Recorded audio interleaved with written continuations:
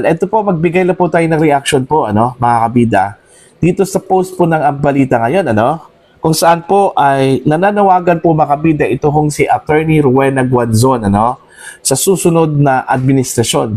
Alright? Most probably, kung hindi ho masilat, ito hong si Vice President sa Duterte, baka sa kanyang administrasyon po ito, mga kabida.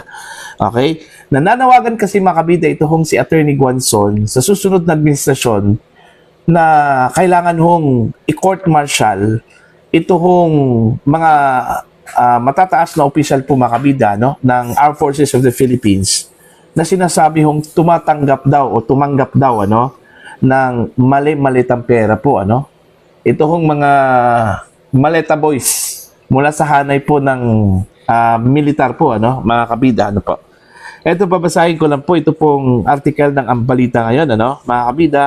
Attorney Guanzon nananawagan ng court martial versus mga general na umano'y nakinabang sa maleta, mga kabida.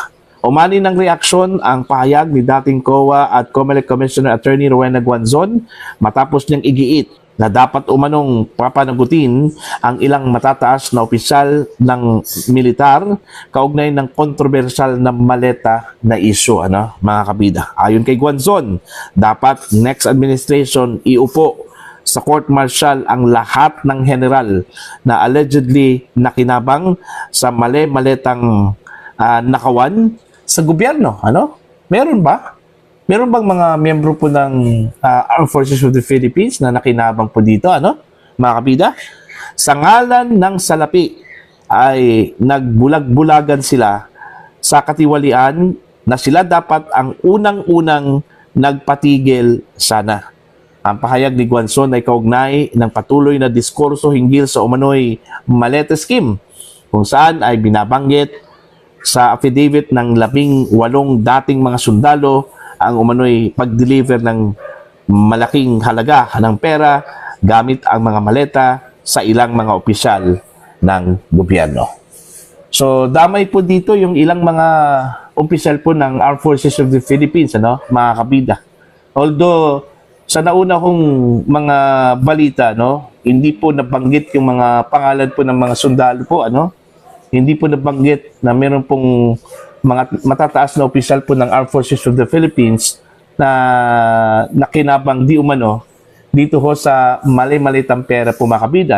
Kadalasan po ang nabanggit to doon sa affidavit po ng 18 mga dating sundalo po mga kabida yung mga politiko, mga kongresista, senador at mga dating miyembro ng gabinete po, mga kabida, at mga opisyal po ng ehekutibo, mga kabida. Ako, nasurpresa po ako, dito sa sinabi po ni Attorney Guanzon, mga kabida, na meron palang mga matataas na opisyal, mula sa hanay po ng Armed Forces of the Philippines na nakinabang di umano dito ho sa maleta na pera, maleta boys, mga kabida, Okay?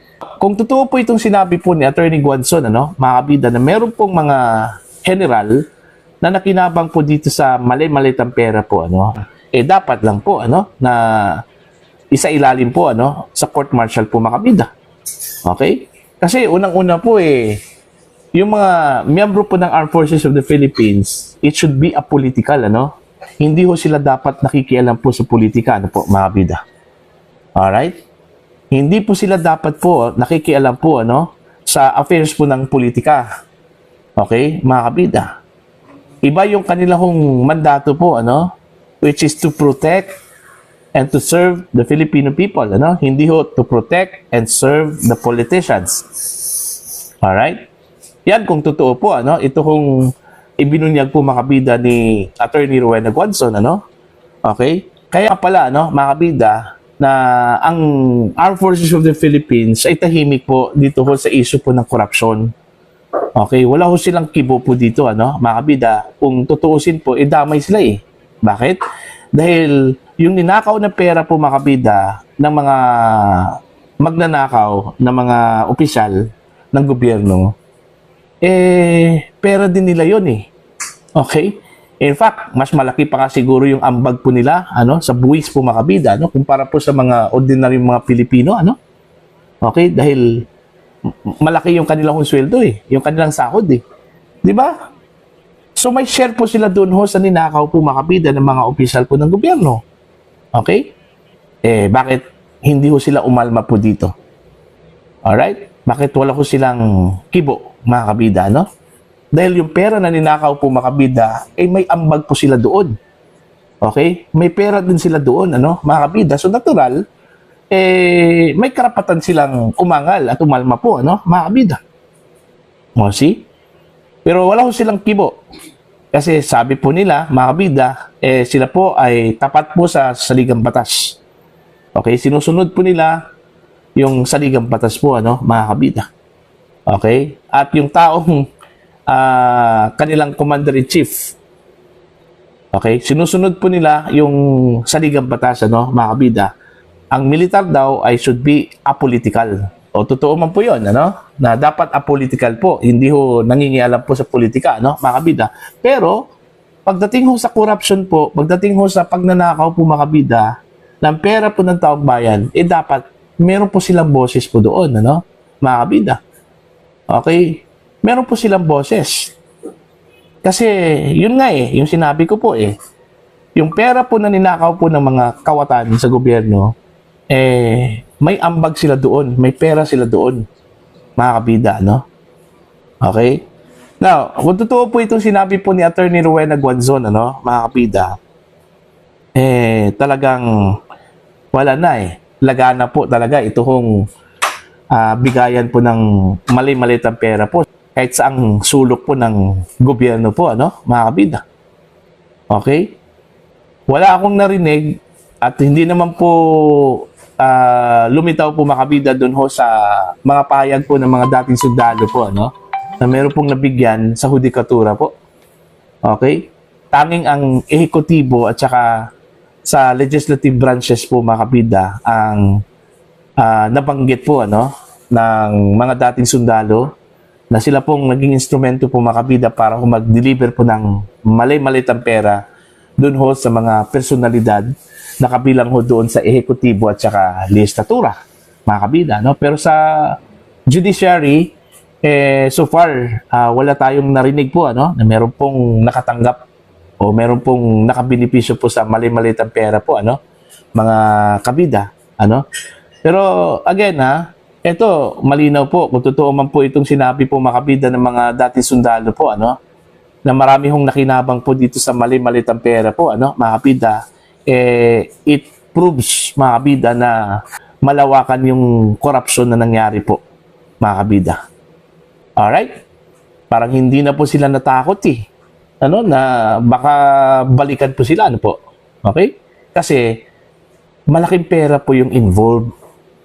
Okay? Wala na sa isip nila yun, mga kabida, no? Na baka balikan po sila. Basta importante po, malaki yung pera na natanggap po nila, no, mga kabida.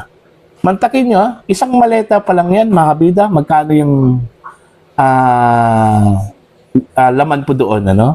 Ang tansya po nila, pag medium size daw, mga kabida, nasa 40 to 50 million pesos, ano? Okay? Medium size lang yan. How much more yung large? Extra large kung meron pa po. Okay? So, ilang maleta lahat? Sa tansya po ni Senator Ping Lacson po, ano? Kasi gumawa kasi siya ng kanyang mathematics po dito, ano? Mga kabida. Since nabanggit po yung 805 billion pesos po, ano? Almost 1 trillion pesos po, mga kabida. Halaga, ano? Na sinasabi hong isinilid sa mga maleta po, mga kabida. Nasa 34,000 suitcase daw yun lahat. Imagine that. 34,000 suitcase? Okay? So, ilang mga personalidad po ang nakatanggap mga kabida, no? Doon sa 34,000 suitcase. Kung pagbabatayan po natin yung kwentada po, ano, ni Senator Ping Lacson, mga kabida, no? Imagine that, 34,000 yan. Diba? So, mahigit 100? Mahigit 1,000? Okay? Oh, shall we say, bawat isa po ay may dalawang maleta. Okay? Rough estimate lang po yan, mga kabida. So, divide 2. So, meron pong 34, meron pong 17,000 personalities. Imagine that, no? Ang dami po mga kabida kung pagpalagay po natin, yung kwentada po mga kabida ni Senator Ping Lacson. See? Ganun po katindi at kalawak po mga kabida yung corruption po, na naganap po sa Pilipinas mga kabida. Tapos isisisi lang po natin kay Sara Duterte dun ho sa 125 million pesos po, na sinasabi hong nilustay daw ng Vice Presidente, kaya tayo nagkaroon po ng krisis ngayon. Diba? Stupid po yung ganong argumento po, mga kabida. Hindi po nila kinwenta po mga kabida yung almost 1 trillion pesos po, na nawala at ipinamudmud lang po, sa mga politiko po, mga kabida. Okay? I don't know kung party ba yun doon ho sa flood control projects, o baka iba din yung halaga po mga kabida, na binanggit po dito, kaysa doon ho sa corruption sa flood control projects, mga kabida. Napakaraming pera po pala ang Pilipinas. Okay? Tapos, naghihikahos po tayo, Okay? Hindi po natin alam kung saan po tayo kukuha po para pagtustos po sa mga programa at proyekto po ng gobyerno, mga kabida. Dahil yung pera na supposedly para ho sa programa, para sa ating mga kababayan po, para sa atin, napunta doon ho sa bulsa po ng mga politiko, mga kabida. Kaya nga, wala hong napunta po sa mga kababayan natin, sa mga Pilipino. It's frustrating talaga, mga kabida.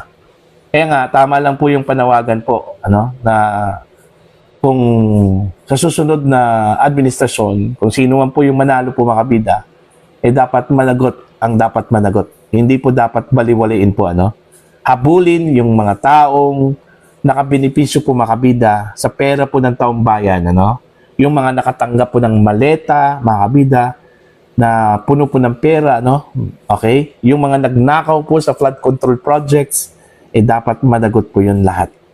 Hindi po pwedeng baliwaliin lang po yun, Hindi po pwedeng off the hook yun, Kasi pera po ng taong bayan yun, Hindi po pera ng gobyerno yun. Pera po ng taong bayan, makabida, na nagbabayad po ng buwis. Okay?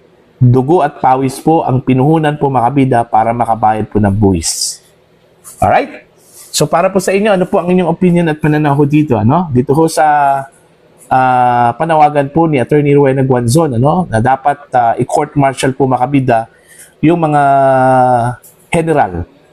Hindi naman po niya binanggit kung retired ba o active general ba, makabida. Basta general ng Armed Forces of the Philippines, na isa ilalim po sa court martial makabida sa susunod na administrasyon.